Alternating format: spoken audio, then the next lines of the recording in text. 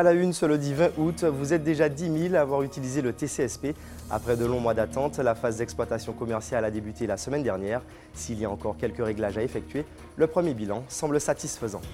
La situation qui empire à la clinique Sainte-Marie, les employés sont dans le flou. Le risque de fermeture de l'hôpital est réel. Ce matin, une réunion avait lieu entre la direction et les salariés, mais aucune décision n'a été prise. La ville de Fort-de-France fait l'inventaire des sépultures en terrain commun. Les emplacements redeviennent propriété de la municipalité après 5 ans d'occupation. Les familles ont maintenant 1 mois pour se signaler et récupérer leurs effets personnels. Mesdames, Messieurs, bonsoir. Ravi de vous retrouver pour le journal. Vous pouvez suivre notre tranche info en direct sur la page Facebook d'ATV. Cela fait une semaine que le TCSP circule et plus de 10 000 usagers ont déjà voyagé à bord. L'exploitation commerciale des BHNS est bel et bien lancée. Les passagers prennent peu à peu goût à ce transport tant attendu. Les chauffeurs aussi prennent leur marque, même si quelques petites améliorations sont espérées. Regardons ce reportage de Sandrine Claude avec Régine Germani. Ce matin, à la gare routière de Mao, nombreux sont ceux qui attendent le TCSP. Une semaine après le démarrage officiel, certains sont déjà même des habitués. Ça fait mon 5e expérience. Aller-retour. La dernière fois là, je devais aller faire une course à Fort-de-France. J'étais déjà en retard et quand j'ai pris le TCSP, TCSP, eh bien, je suis arrivé à l'heure. J'aime. Je ne sais pas pour les jours. Bon, comme je viens d'être habitué, je regarde pour la rentrée. Parce que si les vacances sont en ce moment, on regarde pour la rentrée comment ça se passe. Certains sont même venus en voiture, car la gare routière fait partie des 3 pôles où l'on peut laisser son véhicule, une solution pratique pour les usagers. On n'a plus à ce moment-là chercher de place de parking, notre voiture est garée tranquillement, on va faire tranquillement nos courses et après on revient. C'est un gain de temps également ? Je pense aussi parce que ça nous permet d'éviter les embouteillages. Balade en famille sur Fort-de-France, donc on a dit bon, on prend la voiture, on la gare et on prend les transports. Moyennant 3,20 € le ticket, trajet en bus compris, le stationnement en parking relais est ici géré par Ismaël. En une semaine, il a repéré les différents profils de ceux qui optent pour cette solution. Les gens qui habitent au loin, parce que comme ils ne préfèrent pas descendre avec leur véhicule pour payer un parking qui évolue, le prix ici reste fixe. 10h30, l'heure de la relève entre France et son collègue. Lors de leur rotation, ils ont déjà eu droit à quelques difficultés. Les petits couacs, ce sont des manques d'attention, des gens qui n'ont pas fait attention. Ils sont arrivés un petit peu trop vite dans le rond-point. Bon, au lieu de freiner brutalement pour ne pas se faire emboutir, bon, on peut faire traverser, quoi. Ça vient de démarrer, donc les gens sont encore un peu perdus. Donc, le réflexe de poser des questions, de demander comment ça se passe, qu'est-ce qu'il faut faire, donc, où est-ce qu'on va, par exemple. Donc, parce que par rapport au changement, par exemple, vous avez ligne A, ligne B, les gens n'ont pas encore très bien saisi. 7 jours après la mise en service des BHNS, l'affluence est donc au rendez-vous. Mais les usagers doivent encore se familiariser avec ce nouveau transport collectif. Et pour aller plus loin avec nous sur ce plateau, Alain Alfred, bonsoir. Bonsoir. Alors vous êtes président de la CFTU en charge de l'exploitation du TCSP. Nous avons entendu la voix des usagers, celle des chauffeurs. Quel bilan vous tirez de cette première semaine ? Alors il y a un bilan provisoire à tirer, relativement positif, parce qu'en fait les usagers attendaient ce service des bus à haut niveau de service, les BHNS. D'ailleurs les gens doivent se familiariser avec les terminologies, les sigles. TCSP, BHNS. Ça viendra. Ça viendra parce que bon, derrière se cachent des choses très simples. Bus à haut niveau de service dans un transport en site propre. C'est TCSP, c'est transport en site propre. Alors les gens ont attendu pendant longtemps ce transport et il y a un engouement là sur 8 jours, 7 jours de mise en service. Nous avons vu pas moins de 10 000 passagers enregistrés. Alors il y en a un peu plus quand même, puisque les 10 000, ce sont des tickets qui ont été recensés. Et nous savons qu'il y a eu des problèmes sur lesquels nous devons travailler, notamment sur la billettique. Et puis, il y a encore quelques soucis à se faire dans les croisements. Il y a des usagers de la route qui ne sont pas encore totalement habitués. Il y a encore des gens qui traînent sur les voies, alors qu'il n'y a pas beaucoup de place pour que ce site propre soit fréquenté par de multiples personnes. Alors justement, vous parliez des bornes de tickets dans les arrêts qui ne sont pas encore disponible. Les réparations seront faites quand? Alors, les réparations sont en cours. Il y a sur les bornes, la totalité des bornes qui sont en panne, certaines, enfin la moitié, qui ont été vandalisées. Alors, nous appelons les gens au civisme. Il s'agit là d'un service au public. Donc, lorsque l'on abîme les bornes de vente de tickets, on met en difficulté le service. Bon, nous travaillons à réparer cela assez rapidement. Quotidiennement, nous sommes dessus, mais quotidiennement, nous observons des pannes, mais aussi du vandalisme. Donc là-dessus, je demande à la population, en tous les cas à ceux qui se livrent à ces genres de méfaits, de ne pas le faire.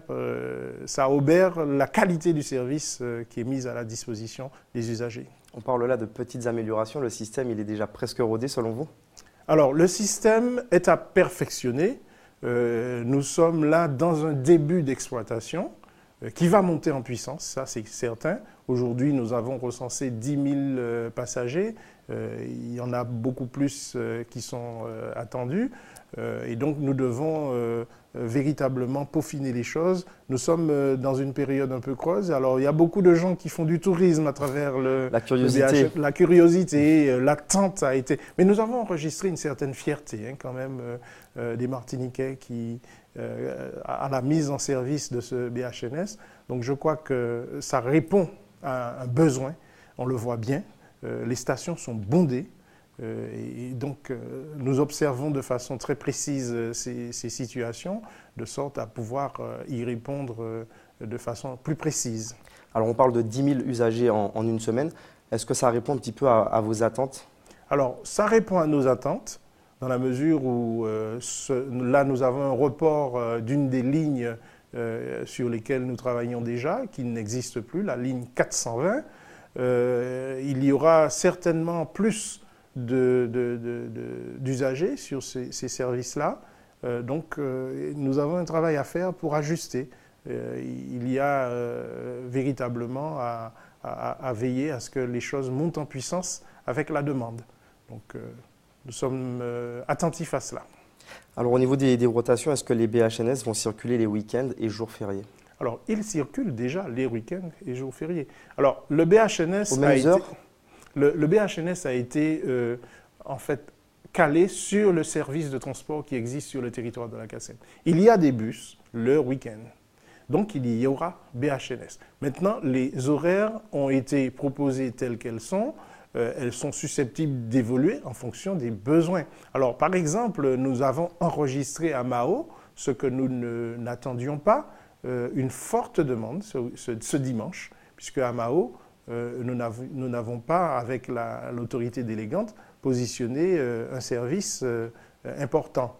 Donc, et puisqu'il y a des bus, il faut le dire, il y a des bus qui desservent Mao, donc nous observons et nous sommes sur toute la période d'ici la fin de l'année à observer pour ajuster le service par rapport aux besoins. Selon vous, il y a des raisons d'être optimiste une fois que la période de curiosité sera passée? Alors, je crois que le BHNS correspond à un besoin qui avait été observé déjà depuis 20 ans. Nous sommes là sur un axe où il y a de forts déplacements de population. Et donc, le BHNS vient répondre à ces besoins-là. Donc, il n'y a pas de raison à ce qu'il soit en échec. Et au contraire, je dirais, il risque d'être victime de son succès. Pour l'instant, vous partagez les voies de circulation avec les taxis de place. Est-ce que cette organisation va durer? Alors, nous ne sommes pas, quant à nous, CFTU, délégataires du service public avec nos co-traitants, nous ne sommes pas à la manœuvre sur cette organisation-là, sur cette décision. Simplement, nous disons aujourd'hui qu'il y a aussi bien ce que nous observons, des taxis de place ou des taxicos, ça mérite organisation. Pour l'instant, nous sommes sur la période des vacances, cela va encore. Il n'y a pas de dérèglement des feux là dans l'immédiat parce que bon, il n'y a pas suffisamment de fréquentation des autres moyens de transport. Il faut observer, il faut voir. Il y a une période d'observation justement qui va durer jusqu'en décembre. Alors, en ce qui nous concerne, nous observons, puisque jusqu'à décembre, c'est la période qui a été ouverte par l'autorité délégante, et donc nous rendrons nos conclusions et nos observations, peut-être même un peu avant. Nous sommes en permanence en discussion avec ceux qui passent commande du transport. Dernière question, certains chauffeurs se plaignent parfois d'incivilité, d'agression. Est-ce que ça aussi, ce sera un peu mieux contrôlé avec le BHNS? Alors, le BHNS, déjà, l'usager n'a pas contact avec le conducteur. Il aura contact avec un certain nombre de personnels du réseau, les contrôleurs, mais aussi les agents de médiation. C'est vraiment une problématique forte. Il faut véritablement que les gens comprennent que celui qui travaille pour le service du transport, il est au service des populations. Et que donc ce n'est pas preuve de courage, ce n'est pas preuve ni même d'intelligence que de s'attaquer à un travailleur qui est au service des populations. Cela obère la qualité du service. Donc véritablement, nous sommes attentifs à cela. Nous sommes attentifs, mais nous agissons également. Nous avons, à la CFTU, avec nos co-traitants, passé convention avec le procureur de la République, avec le préfet de la Martinique, pour que des faits d'incivilité, des faits d'agression soient pris au plus haut niveau. Et en tous les cas, aujourd'hui, systématiquement, lorsque nous avons connaissance de faits d'agression, je peux en attester, eh bien, les forces de police et de gendarmerie d'ailleurs se mettent en mouvement, appréhendent, et le procureur de la République fait ce qui doit être fait, déferment en comparution immédiate. Et je rappelle tout simplement que le fait d'être en service et dans le cadre d'une délégation de service public est un facteur aggravant. Il faut que les gens le sachent. Donc, nous sommes disposés à discuter. Nous avons des médiateurs, nous avons des contrôleurs, il y a toutes les voies de recours. Si les gens ont des difficultés, ils ont capacité à en user. Merci Alain Alfred d'avoir accepté notre invitation sur ce plateau.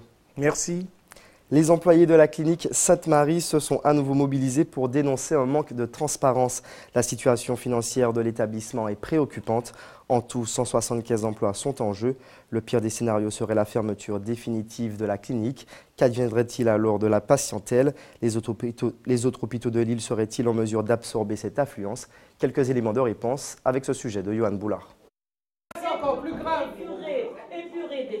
Des agents mécontents, plus que jamais inquiets. Après cette nouvelle annonce, ce ne serait pas 29, mais 40 emplois qui seraient menacés. Si vous êtes d'accord, on prend la décision, on le fait. On le fait et on attend, on se mobilise jusqu'à ce que monsieur Nagapé décide de venir. Cette fois, c'est décidé. Ils ne reprendront pas le travail. En cause, le double discours de la direction. Le directeur joue au chat à la souris avec nous. Il nous tient des discours qui ne tiennent pas la route. Et ce matin, pour plus d'informations, nous avons appelé le directeur régional, qui lui tient un tout autre discours. Ce qu'il a fait, c'est que le personnel de la maternité qui ne tourne plus puisque la maternité est fermée, il les a placés dans les services pour pouvoir faire tourner le service pour ne pas appeler les remplaçants. Une réorganisation qui préoccupe. Ils craignent que la fermeture provisoire ne devienne définitive. Il est en train de dire, le directeur, que la maternité est fermée pour 6 mois. Aujourd'hui, c'est la première fois qu'il dit que la maternité sera fermée définitivement. Il est obligé de le dire. Mais attention, selon l'ARS, il ne faudrait pas faire l'amalgame entre deux procédures bien distinctes. Le licenciement des salariés mené par la clinique Sainte-Marie et leur ordre de fermeture pour des raisons sanitaires. Cette mesure a été prise pour une durée de 6 mois, délai qui devrait permettre à la maternité donc, de remédier aux dysfonctionnements qui ont été constatés et donc de rouvrir en offrant qualité et sécurité des soins. Au pire des cas, 3 établissements demeurent opérationnels. Ils seraient capables d'accueillir la totalité de la patientèle. Trinité, ils ont fait un peu moins de 500 accouchements. Et donc à la clinique Saint-Paul, il faudrait faire la différence, ça doit faire 600 ou 700 accouchements. Voilà, donc c'est des établissements qui peuvent accueillir sans aucune difficulté l'activité potentielle de la clinique Sainte-Marie. En 2012, on avait 4450 naissances et 2016, 3700, ça fait 700 de moins. Des chiffres en chute libre. Pour la présidente de l'AMSES, si 3 établissements absorbent le nombre de naissances annuelles, c'est parce que l'heure est grave. En 2016, nous avions moins de 4000 naissances pour l'année 2016, alors il y a 10 ans, nous étions à plus de 6000 naissances. Une natalité en baisse donc, mais quelle serait la situation si la courbe s'inversait? Les agents, eux, ont obtenu un rendez-vous avec la direction régionale demain. Ils espèrent que lumière sera faite concernant leur avenir et celui de l'établissement. Un porteur de projet des Anses d'Arlay a entamé une grève de la faim. Franck Sleeman a bénéficié des aides européennes pour rénover son site, le balisier panoramique. Un financement qu'il doit aujourd'hui rembourser suite à une inspection de la commission interministérielle des contrôles des fonds européens. Une décision injustifiée selon lui car le contrôleur n'aurait même pas pris la peine de vérifier ses installations. Écoutez sa réaction au micro de Johan Boulard. J'ai été audité par la CICC. Par contre, l'auditeur n'est jamais monté sur place. Et il déclare que rien n'est éligible et rien n'est rattachable au projet. Ce qui veut dire que tout est remboursé. Je ne sais pas sur quoi il s'est basé. Je ne vais pas chercher à savoir sur quoi il s'est basé. De toute façon, je reviens toujours sous la même remarque. J'ai pu comprendre que la CTM avait fait un recours. Moi, je souhaiterais un document simple, étant donné qu'il c'est lui qui est le gestionnaire des fonds européens. C'est lui qui prend la décision de dire si je dois rembourser ou pas. Maintenant, il dit que je dois rembourser, je rembourse. Il dit que je ne dois pas rembourser, il me donne un document me disant que je ne dois pas rembourser. Et je continue mes travaux. De toute façon, je suis prêt à aller jusqu'au bout. Je suis désolé, je n'ai pas le choix. Je n'ai pas le choix. De toute façon, je pense que j'aurai le soutien des Martiniquais et je le ressens déjà.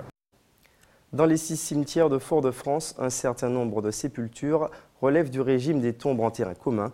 Il n'existe donc aucune concession pour elles. Après un délai de 5 ans, la municipalité peut récupérer l'emplacement et ainsi accueillir de nouveaux défunts. La ville a aujourd'hui lancé son recensement. Regardons le reportage de Céline Chalonneau.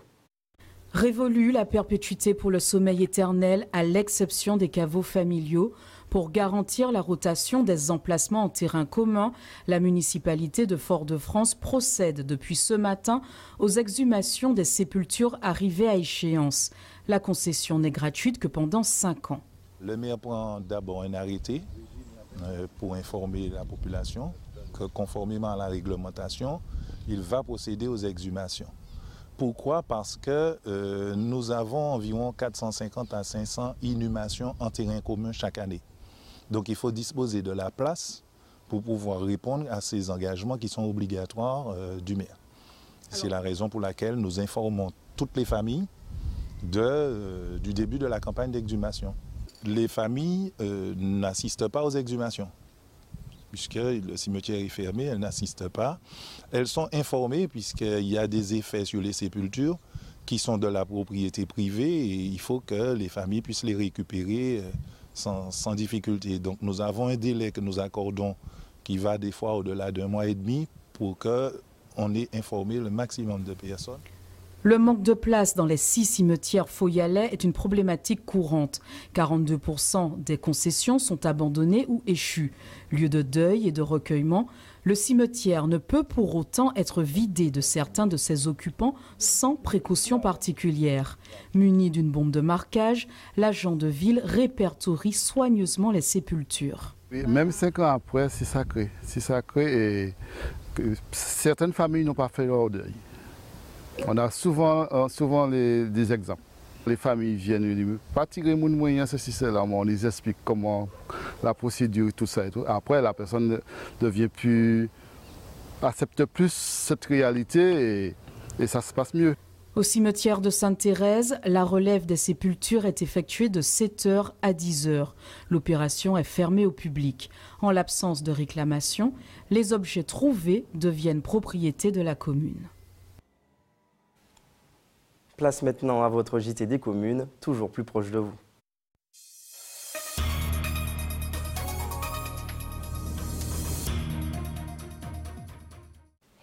Nous revivons comme chaque soir des vacances les meilleurs moments du JT des communes. Ce soir, Hubert Bornil, nous revenons avec Hubert Bornil au jardin de Balata, un site qui reçoit chaque année plus de 100 000 visiteurs. Vraiment, si on ne l'a pas fait, on ne peut pas imaginer la sensation que l'on éprouve à plus de 10 mètres de haut dans les filets au jardin de Balata, dans cette luxuriance. Et juste là, regardez, la baie de Fort-de-France. Le jardin de Balata ou le jardin d'un artiste. En tout cas, même si le temps a passé, le lieu a su conserver son charme authentique. Ici, tout n'est que beauté, harmonie, et tant pis si le temps n'est pas de la partie. D'ailleurs, c'est précisément dans cette ambiance que les couleurs se révèlent. Les jours qu'a ouvert, l'homme est fini clair, pipi vite chanter mon vini blé. Les jours qu'a ouvert, l'homme est fini clair. C'est l'île aux fleurs, donc ça représente bien notre île. Avec la pluie, on a deux décors différents. Quand il y a soleil, il n'y a pas soleil, il faut voir, il faut. Les parterres de fleurs sont magnifiques. C'est des fleurs aussi qu'on ne voit pas, nous, en métropole. C'est très verdoyant, c'est luxuriant, c'est des couleurs magnifiques. Balisier, broméliacées d'Amérique du Sud, roses de porcelaine, héliconia ou anthurium, le jardin de Balata n'est pas un jardin botanique, c'est un jardin d'ambiance, pour reprendre les propos même de son créateur, M. Toz. Au départ, c'était une maison qui avait été quasiment abandonnée à la suite d'un cyclone. Et moi, je faisais des fleurs ici. Et bon, écœuré, les 2 cyclones sont passés. J'ai abandonné, ça appartenait à ma mère. Et c'est resté 10 ans sans que personne n'y mette les pieds. Le site qui enregistre plus de 100 000 visiteurs par an a tout de même connu des moments difficiles. Le cyclone Dean fut une dure épreuve. Heureusement, Dame Nature sait toujours rebondir. La remontée était très difficile, donc le jardin a été repris en 2009 et une nouvelle dynamique a été insufflée. Et donc de cette dynamique sont nées les passerelles que nous avons aujourd'hui, qui sont une activité nouvelle et qui permettent à la clientèle de faire une visite aérienne du jardin de Balata, mais aussi de découvrir toute la baie de Fort-de-France, les pitons du Quimbay.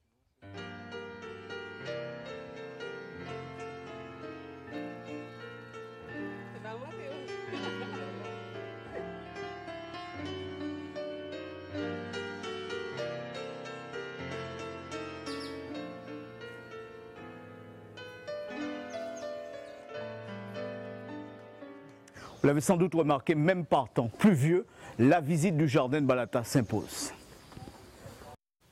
Info pratique, la circulation sera interrompue sur la rocade de Fort-de-France de 21h à 5h du matin. Des travaux de balayage mécanisés sont prévus sur cette portion de route entre l'échangeur de Dillon et l'échangeur de la maternité.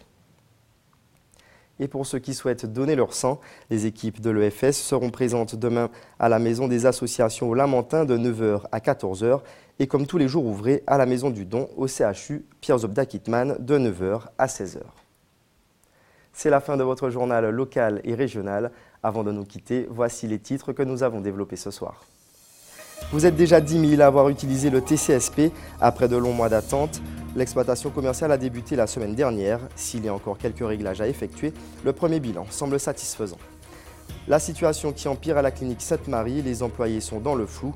Le risque de fermeture de l'hôpital est réel. Ce matin, une réunion avait lieu entre la direction et les salariés, mais aucune décision n'a été prise. La ville de Fort-de-France fait l'inventaire des sépultures en terrain commun. Les emplacements redeviennent propriété de la municipalité après 5 ans d'occupation. Les familles ont maintenant un mois pour se signaler et récupérer leurs effets personnels. Je vous laisse en compagnie de nos confrères de BFM TV pour l'actualité nationale et internationale. À 20h, votre magazine Capital. Quant à nous, on se retrouve demain à 18h50 pour les titres. Je vous souhaite une bonne soirée sur ATV.